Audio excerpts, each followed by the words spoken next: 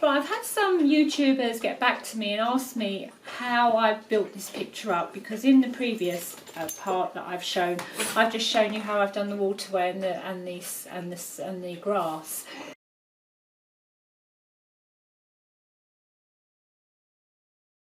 So what I'm going to do is I'm going to talk you through it. It's too late now to go back over it because I've already built the picture up, but I'm going to show you how I did it. So we're going to need to come away from the picture and I'll show you separately on the kitchen table what I've done.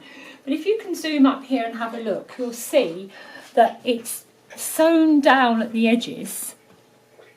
Alright, sewn down, padded in, and then every now and again I've nipped it with a stitch or two, so you get that effect. So I've sewn it down and then I've padded it and then I've sewn in every now and again to get that stitching effect. Done the same with this. Can you see? This is coming up here beautifully. I love the material because it looks like the tree would be like growing up like this.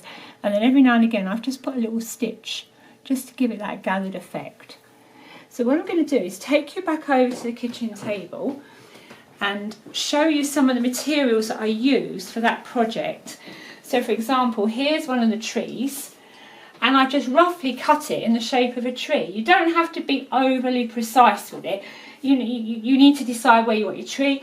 I chose right and left to frame the picture. So I've got a tree on the left and on the right. And then I got my material and I just sort of just plonked it down really like that. And then decided to just let it right, it's roughly, and then I cut round to get the tree branches. And then as I say, I'd sew it down, then I get some padding. This is just an old cushion I use because the baby's not going to be climbing on it, or so you don't have to worry too much about what you're padding it with, in the sense that the baby isn't going to have it near their face or the child isn't going to have it near their face to suffocate. So I've just used an old cushion that I had. So if you imagine this is sewn down onto there and then you pad it in. So you sew one side, pad it in, then sew the other, and then you can just knit the stitching in.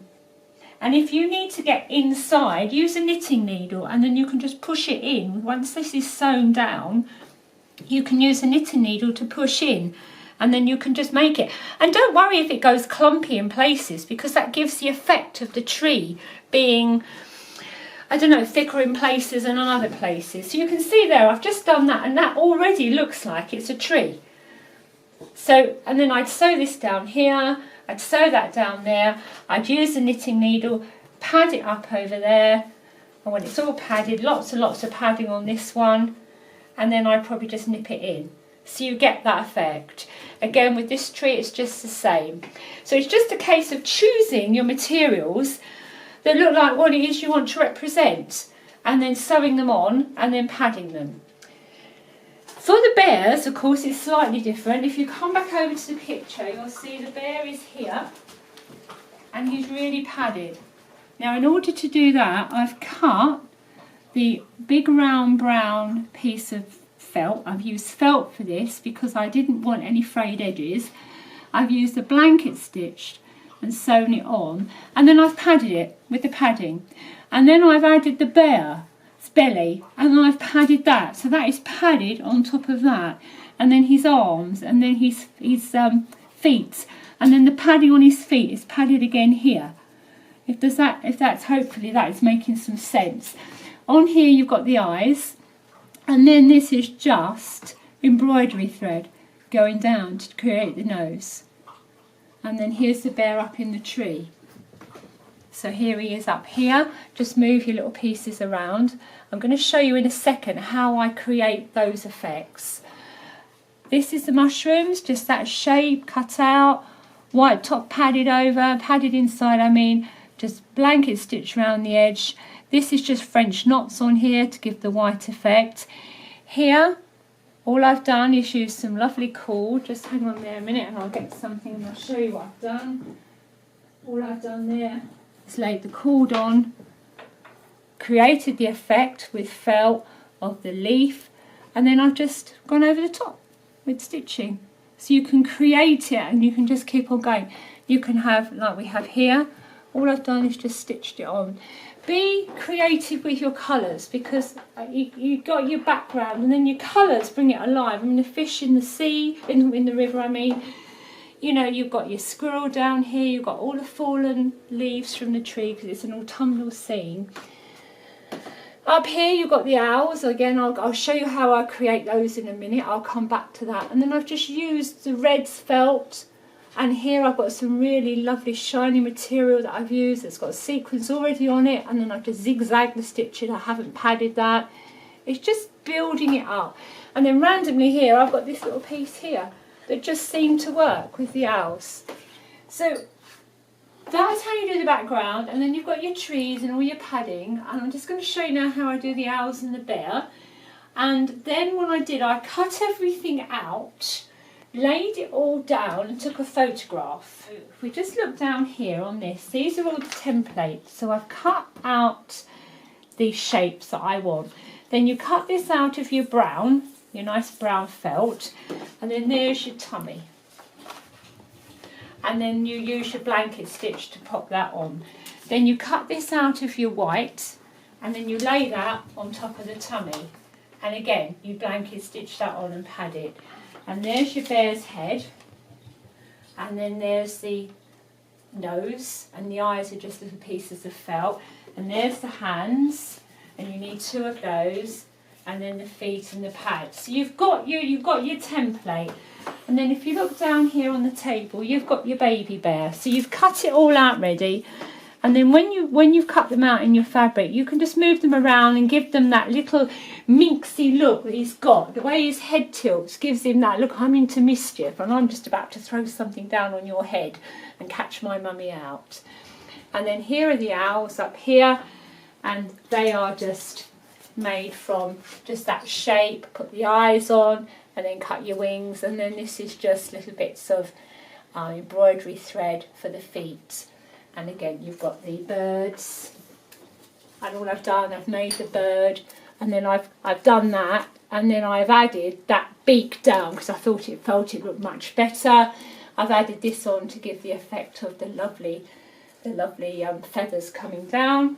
And then this one here is built up in parts because you've got that bit, and then I've cut it off there. I've put the beak on, and then there's his head, his lovely feathers on his head. So hopefully that's helped some of you who've asked those questions about how I've done that. So just a brief synopsis. You get your background piece, you lay all your pieces on and build the picture up, but just flat. And then you take a photograph because you won't remember how you did it. It will never quite look the same. And I'm going to add a couple of photographs to show you along the way. It won't quite look the same as it does when you take your photos, because as you go along, you improve things. So don't worry if it doesn't turn out exactly how you imagined in your mind it would. And then I just get little envelopes, and then I pop everything in little envelopes so that when I come back to it, I'm not looking around, and I label all the pieces of the templates.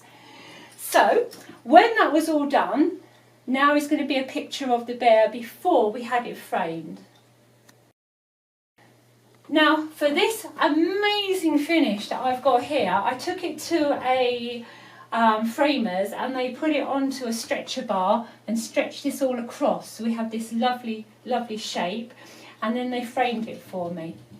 Or alternatively, you can leave it just as it is hanging because it looks just as beautiful. It just depends on that finished effect that you want. Okay, now this is another one I've made, and if you see, this one is an underwater world. And if you look, you can see this is the background material here. So it looks like it's got little bubbles in. So I've used that as my background to create my picture. And then I've made the boat here, the shipwreck, so I've cut out the shape. And then that has then been cut out of brown felt. And on top of that, I've put the blanket stitch to lay it on. And then I've stuffed it, and then I've put little tiny French knots on to make it look like little bits of barnacles on the boat. So again, this picture is built up. So first of all, you've got your background, then the boat, and then that's padded. And then on the boat, then I've laid the material to create this effect. And this is just green, like a scarf material, and it's just been twisted round. And then I've just caught it here and there. This bit isn't actually padded, this bit. This bit here is a nice shiny to create the underwater. But if you look here, this is laid on first. It's all about the layering. So this is laid on first and then this is stitched. And then I've used a knitting needle to pad it. And then on top of that I've laid some ribbon. And then on top of that I've got the tree, the underwater seaweed thing going on. And then on that I've then put the fish, padded the fish. So I've got a little template, I've cut the fish out and then I've padded him. And then I put his eye on and his mouth on, blanket stitch, the same thing, it's just layer upon layer upon layer. And then on that I've put this ribbon, this cord, just to go all the way up, and all I've done then is just catch that by hand. All of this is done by hand except for some bits at the back where I've stitched it on to create that, to give it a real strong effect, because I wanted to pad it and I knew that it would be pushing against the material. This one here has got this, with this on top, with this on top, with this on top. There's 4 layers here on this piece alone. Okay, so now it's over to the fish and the bear. So I've got the fish shape here and I've cut that out of the blue felt. I've blanket stitched it on and then I've padded it. I've left a gap and you pad it and you build it up as much as you want. Then this fin is on the top blanket stitch padded. Then here's the shape for the green fin underneath. I've padded. I've just gone for bright colours. So the important thing is to try and get the layers, because you can see here, I've got the backing material, then I've got the net running round here, and then I've got the fish's tail on that, and then I've got this rolling up and round. So it's down to you, however you want to do it, but that's what I wanted. I wanted to make it look like the fish's tail was behind all of the underwater bits and pieces. So you can see there I've cut those out.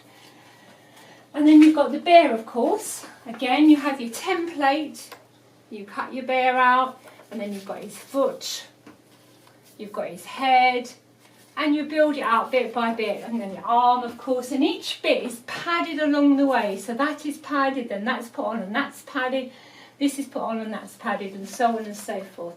Then you can add your fish, scuba diving gear, his goggles, you can just put little bits of ribbon, and your seahorses. So really, you create your picture, and the way I did it was I laid everything out, I cut it out, cut my templates, laid it all out on there flat, so I had my picture, and then I took a photograph. And then from that, I took everything off and just layered it on, and each bit was done layer upon layer, referring back to my photograph all the time. I went for bold red here just to lift it. If it doesn't work, it doesn't matter, just take it all back off. That's the underwater world. I really like that one, it's really bright and colourful. And then to get this effect, it's gone on a stretcher bar. Took it to the framers, put it on a stretcher bar, but we decided against having that one framed. So I hope you like that one. And the last one I've made in this set of pictures is this one here, where baby bear and mummy bear are at the seaside having a picnic. So if you come in, you can see the sand. What I've done is I've laid the grass down, and I've gone for this material for the grass. And then I've laid some material, you might need to come in close and have a look, because underneath there's some yellow material with yellow circles and squirrels on. Then on top of that I've laid this netting silky material, and I've just caught it here and there to give the effect of the sand. Then you've got the sea, and again I haven't padded this at all, or this, I've kept this flat. Then I put the fence with the birds on, and I've padded the fence, padded the sea, so you've got little bits of padding in there, and then I've just caught it, put the fish in. You've got the hill in the background, the cliff, gone for a sparkly material to make it look like it's in the distance. Add your sailboat and your clouds in the sky, and you can add these on your birds.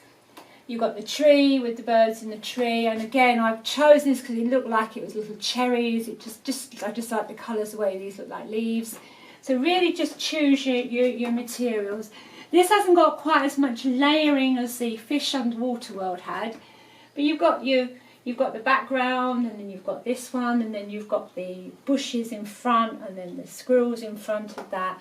So it's a case of just getting the right order. So lay it all out on your paper, on your material, cut out your bits and pieces, lay it down, and then build it up. And again, there's your bear, his tummy's padded, so you're layering it up, and there's baby bear eating his ice cream and it's all dripping down, and here they are with their picnic. So that's the last one in the series, so I hope you like that one. Right, so you can see what you can do, just be creative, you know, enjoy the passion. I just love material, I love working with it, and I come up with the idea of a picture story, and I have so loved making them. So please get out there, have a go yourself, send me what you've done, let me know how you're getting on. I'd love to hear from you. So hopefully you've enjoyed the video. So for all of our videos, please tune in to Derriton 33. Thanks for watching.